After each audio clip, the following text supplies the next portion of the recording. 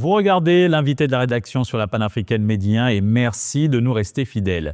Tous les passionnés de jeux de société se retrouvent dans la capitale sénégalaise pour le Dakar Game Festival. Cet événement qui célèbre cette année sa 3e édition au pays de la Teranga met à l'honneur les jeux de société Made in Africa tout en valorisant la créativité du continent et celle du reste du monde. Pour les organisateurs, ce festival représente bien plus qu'une simple exposition. C'est une occasion unique de rassembler des personnes autour d'une passion commune, de transcender les barrières culturelles et de renforcer les liens communautaires. Pour en savoir davantage sur cette nouvelle édition, nous sommes avec le professeur Aboubekr Thiam, président du comité scientifique du Dakar Game Festival. Vous êtes aussi enseignant-chercheur à l'université Cheikh Hamidou Kane du Sénégal. Merci d'avoir accepté notre invitation. Merci à vous, tout le plaisir est pour moi. Professeur Thiam, tout d'abord, quel lien existe-t-il entre le Dakar Game Festival et l'Africa Game Festival ? Voilà, en fait, Dakar Game Festival est une composante d'Africa Game Festival.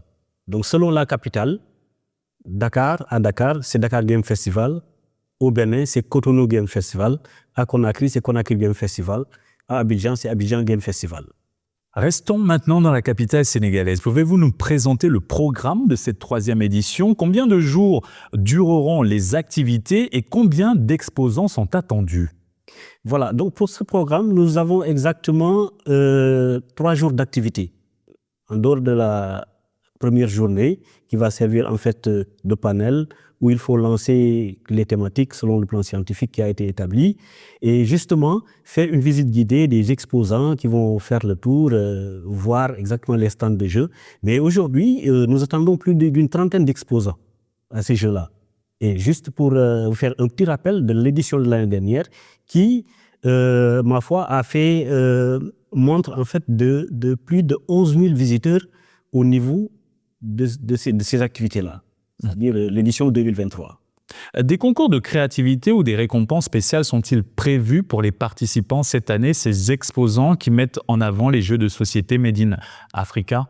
Oui, tout à fait. Pour chaque édition, en réalité, il y a en fait un jury qui est composé en fait de spécialistes de ces jeux-là et de scientifiques qui vont faire le tour justement pour voir parmi eux, là où on note le plus de créativité et le plus d'objectivité en termes de conception et de réalisation d'œuvres, pour voir si l'atteinte pédagogique, parce qu'il s'agit des retombées pédagogiques, pour voir si les enfants ont bien acquis des compétences en jouant, parce qu'on les regarde jouer, on les teste, on les évalue pour justement récompenser les meilleurs. Donc il y a des prix qui sont offerts justement aux meilleurs créateurs de jeux.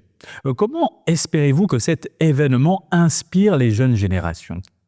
Merci pour cette réponse qui est tout à fait pertinente. Vous savez, cette nouvelle génération a besoin justement de s'identifier par rapport à ces jeux-là.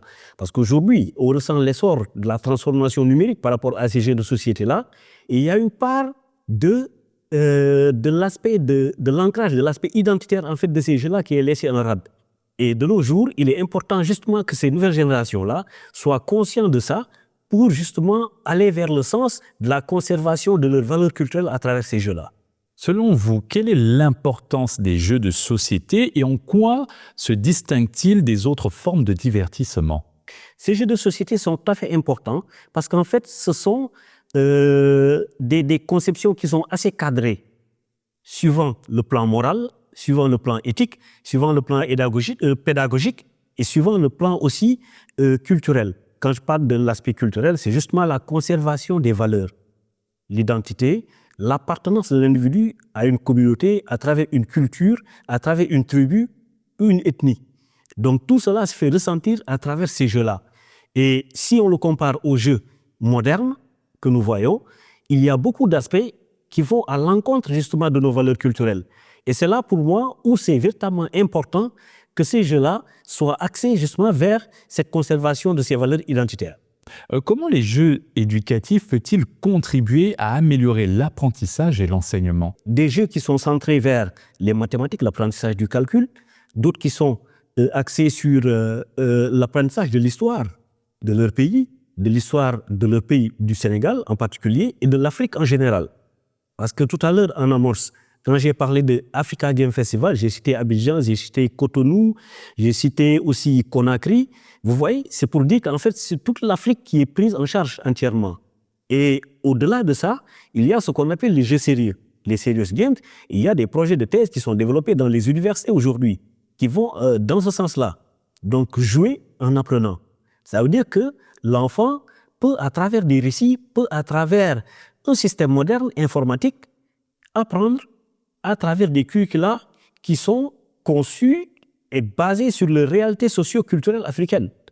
Vous voyez, et des évaluations aussi qui découlent de ça à travers des projets de questions à choix multiples, à travers une quête, par exemple, et parviennent justement à s'identifier, à trouver les bonnes réponses par rapport à ça. Professeur Thiam, à votre avis, comment peut-on mieux valoriser les jeux physiques, les jeux de société Made in Africa, souvent éclipsés par les jeux occidentaux, les consoles et les produits numériques?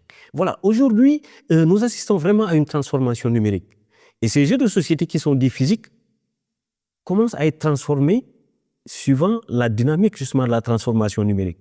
L'avantage que les jeux en présentiel ont, c'est qu'autour d'une table, on peut favoriser la cohésion sociale où le papa et les enfants peuvent s'asseoir, jouer et permettre à l'enfant, par exemple, d'acquérir en fait une certaine chaleur familiale et de comprendre à chaque fois qu'il joue, qu'il est en face d'une situation, qu'il n'est pas toujours posé dans une situation où il doit toujours gagner. Ça veut dire qu'il va accepter un facteur qu'il y a en fait sur une probabilité de perte ou de réussite. Et ça aussi, au niveau du jeu électronique, ces jeux traditionnels peuvent être embarqués sur des applications. Et ça a commencé déjà, cette transformation-là, numérique. Et déjà, il y a beaucoup de startups sénégalais qui sont là, qui ma foi, ont commencé à travailler sur ces projets-là pour dire que non seulement c'est pensé, la main est mise sur les jeux traditionnels que l'on a, et là, nous sommes justement dans ce processus-là, en suivant cette évolution, parce que le numérique ne laisse personne en rade, car ça irrigue nos habitudes de vie. La difficulté pour le consommateur ou le public cible à qui est destiné ces jeux de société éducatifs africains, c'est souvent la disponibilité. Le festival prévoit-il de lancer une plateforme pour commercialiser ou mieux promouvoir ces jeux africains pour qu'ils soient réellement disponibles sur le continent pour tout un chacun? Oui, et ça a déjà commencé. Parce qu'à chaque édition, en fait, il y a la création d'une ludothèque qui est faite. Et justement, la plateforme-là est en ébauche. C'est à un état très avancé pour vous dire, pour vous confirmer que, justement, c'est une plateforme où, par exemple, on a une diversification de toutes ces formes de jeux-là, qui existent déjà. Et maintenant, cette mise en œuvre, pourquoi je dis que c'est en ébauche, tout n'est pas encore digitalisé.